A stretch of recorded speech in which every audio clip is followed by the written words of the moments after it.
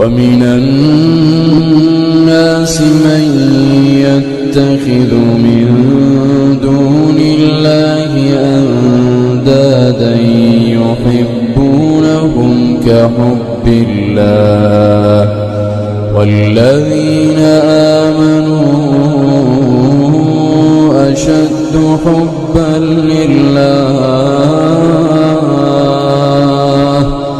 ولو يرى الذين ظلموا